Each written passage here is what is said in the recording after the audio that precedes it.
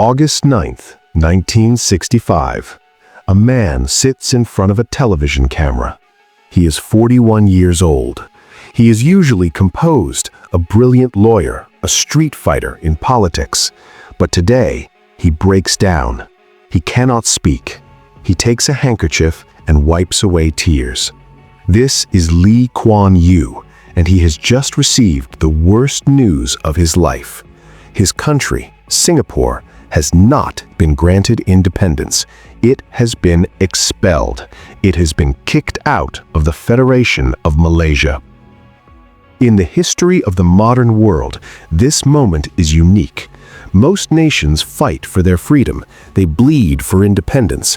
Singapore is the only country in modern history to have independence forced upon it. At that moment, nobody believed this island would survive. Not the British, not the Malaysians, and honestly, not even Lee Kuan Yew. It was a tiny island with no natural resources, no coal, no oil, no gold. It didn't even have its own drinking water. That had to be piped in from the very neighbor that just kicked them out. It was a swampy, mosquito-infested colonial outpost with a deep-water port, yes, but surrounded by larger, potentially hostile neighbors. It was a third-world slum with first-world dreams, and the clock was ticking. To understand the miracle of Singapore from 1960 to 2026, you have to understand the sheer desperation of that beginning. This isn't just a story about economics, it is a story about the psychology of survival. In the 1960s, Singapore was volatile. The streets were often filled with racial riots between the Chinese and Malay populations. Unemployment was skyrocketing. The British Empire, which had provided security and jobs for over a century, announced they were withdrawing their military east of Suez. This was a death sentence. The British military bases contributed to 20% of Singapore's economy. When they left, 30,000 jobs would vanish overnight. Lee Kuan Yew and his team, the founding fathers, faced a brutal reality. How do you build a nation from nothing? Their strategy was radical.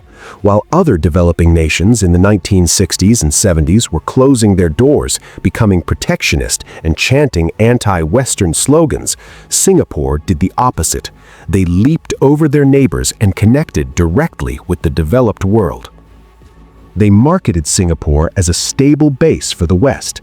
They invited the multinational corporations. They essentially told the Americans, the Japanese, and the Europeans, "Come here. We will give you tax breaks. We will give you a disciplined workforce. We will speak English. We will be safer than New York and cleaner than London." It was a gamble, but it worked. Texas Instruments arrived. Hewlett-Packard followed. Factories replaced swamps. The manufacturing sector exploded. But economic growth wasn't enough. Lee Kuan Yew knew that a nation of immigrants divided by race and religion could tear itself apart. He needed to engineer a society.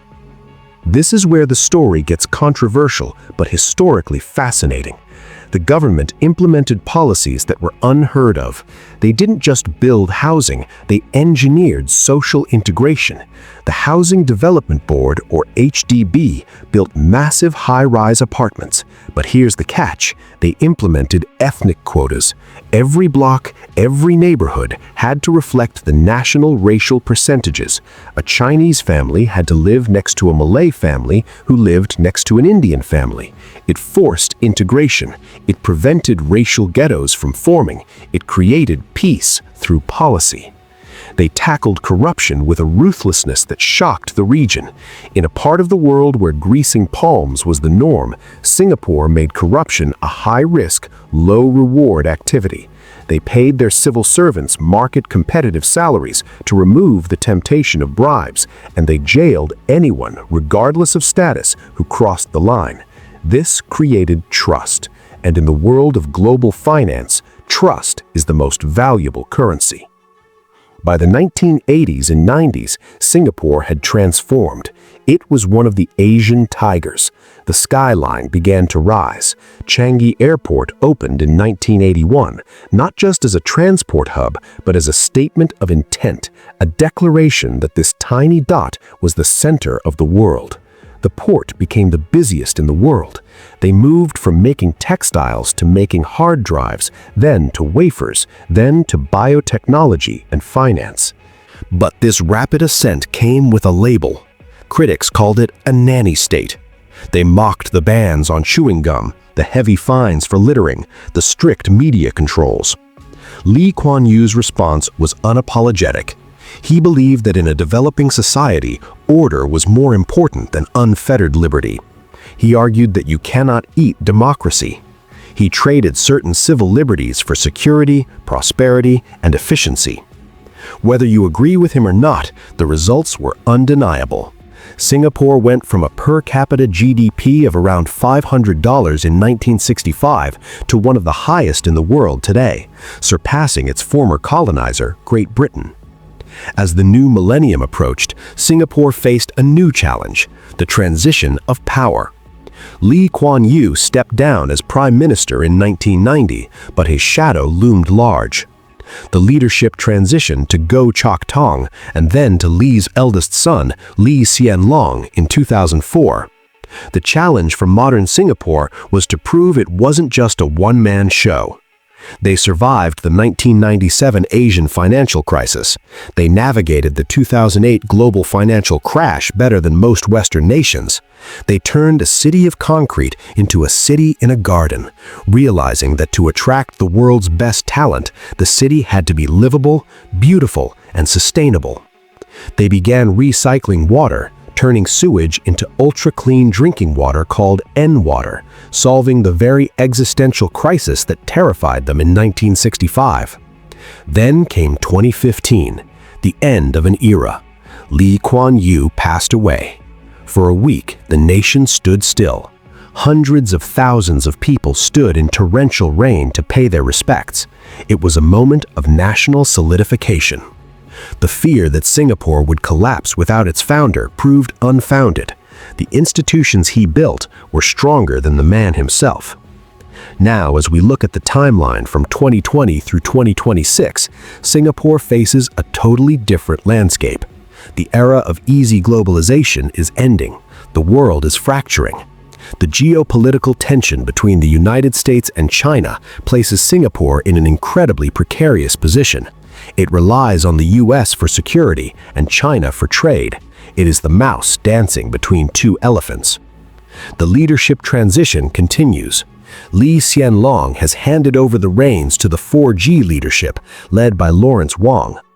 This political succession, formalized around 2024 and 2025, marks the first time Singapore is led by a generation that was born after independence, a generation that does not remember the riots or the swamps.